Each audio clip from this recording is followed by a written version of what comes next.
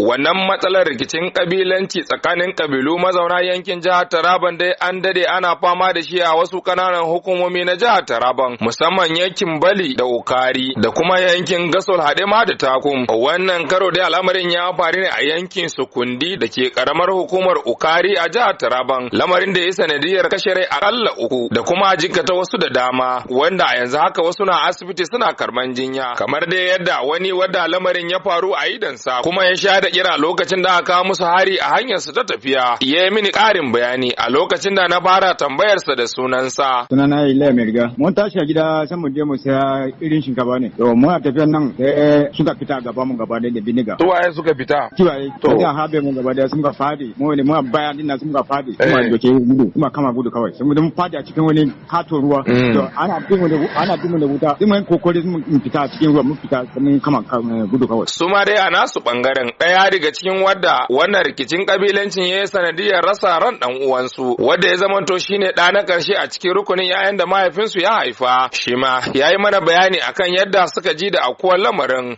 Za a duka kwa wanda aka fi sa da suna Orlando. Last born namu kenan a cikin family namu. To yanzu yaya kuka ji da wannan rashi haka? Sun ɗauka shi da zafin zuciya, amma Allah ya zuba muna ruwan sanyi yanzu. Mun dauke shi da nauyi, ya muna nauyi, amma ba abin da za mu iya, ya riga ya faru. Yanzu menene bukatan ku yanzu haka? Bukatan mu muna so gwamnati su shigo su tsere da wannan abu. Wannan abu na ɗaukan rai matasa ya yi yawa. Gwamnati su shigo cike su taimaka wannan abun ya tsaya. To ko menene ma shugabannin yankin karamar hukumar Ukari za su ce akan wannan batu? Tambayar kenan da na yi wa shugaban ma'aikatar karamar hukumar Ukari, wadda shi ma ya fara da ambatar sunansa. Sunana Rimande Imbri, Head of Local Government Administration Ukari. Wayansu yara su hudu ne a kan mashin biyu. Suna hanyar su na zuwa Sukundi Ward ne a karamar hukumar Ukari.